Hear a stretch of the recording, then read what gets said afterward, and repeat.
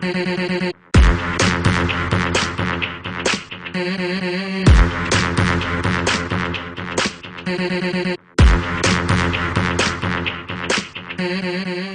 story of Fedde is really interesting. I thought it was very interesting, and when I finally met him, it was very, very different from what I expected.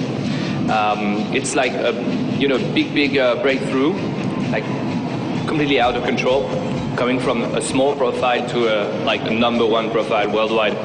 And yeah, then the Detroit record kicked in.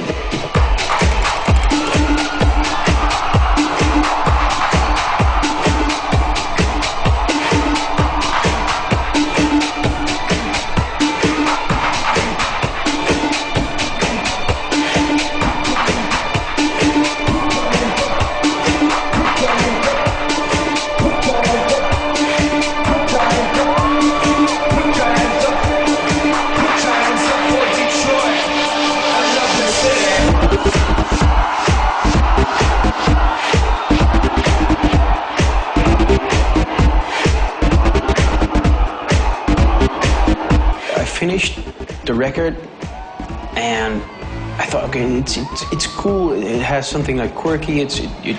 I mean, it kind of sticks with you when you hear it like once or twice. But on the other hand, I was like, okay, but it's like really simple. And at that point, it was the most electronic record I've did so far. So I wasn't really sure if I wanted to release it. I played it to Funkerman, and he said, yeah, it's cool, I like it. And I said, okay, but I want to do because we were doing like EPs at the time, like 3-track records. So I said, okay, but I want to do like something else on the other side, just to keep the whole EP a bit balanced. So I did that first, actually, before I started playing it. But as soon as I started playing it, like I don't know, but the floor just exploded like straight away.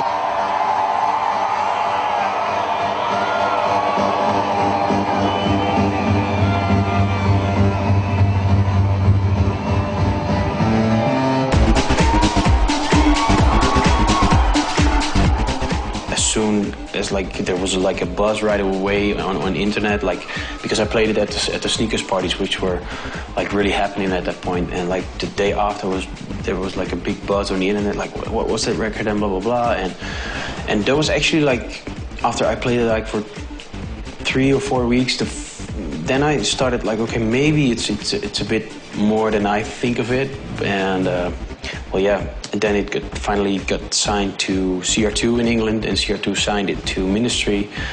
And yeah, the rest is history, I think. Who is Fedde for me? Well, he came with this huge track, obviously.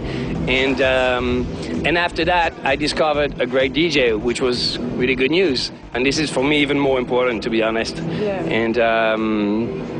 And I love the way that he took this opportunity to express lots of different things musically as a DJ, but also as a producer.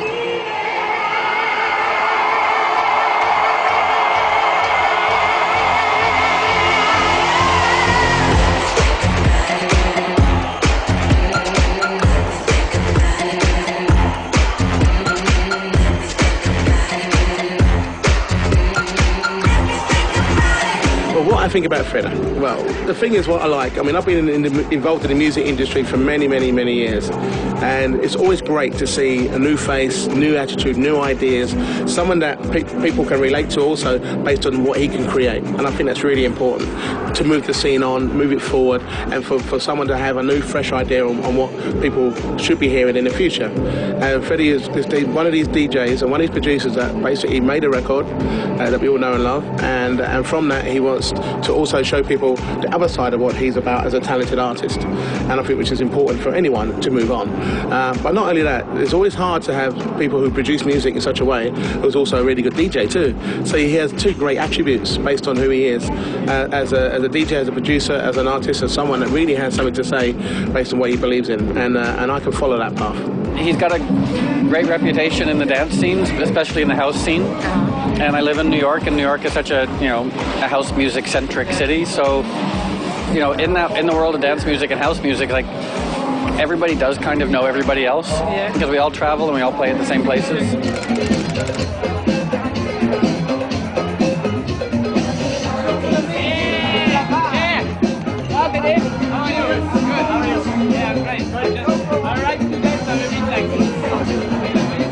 He's really one of the guys who handled it, because you know a lot of people like completely went out of control and they just did one thing and then you never heard of them anymore.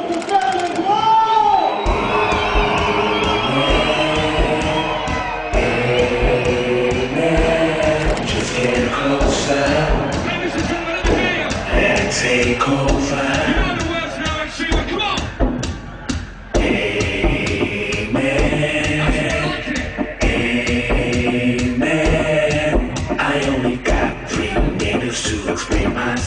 But don't stop dancing, just listen to me. I try not to make the success feel like any kind of pressure. I just really try to keep with the thing I was like always doing. I just make music that in the way I think it's original or edgy, and I don't really try to listen to people that say it's not commercial enough or it's too commercial or whatever, because I think as soon as you like let yourself be influenced by what other people think, it's not straight from the heart anymore.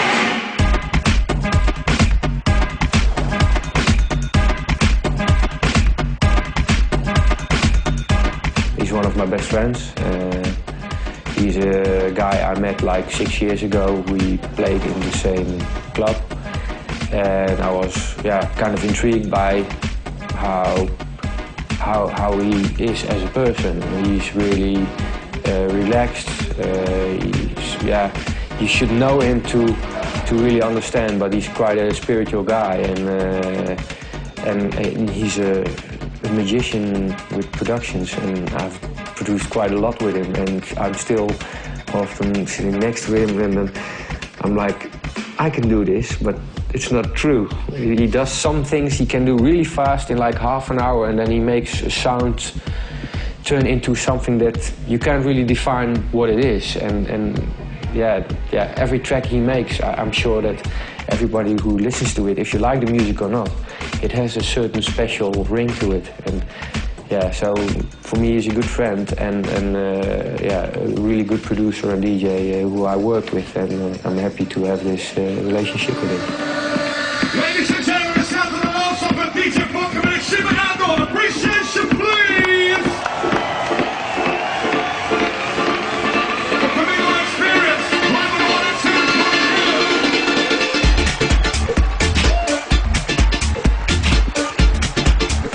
2. House really inspired me because to me it was it has like this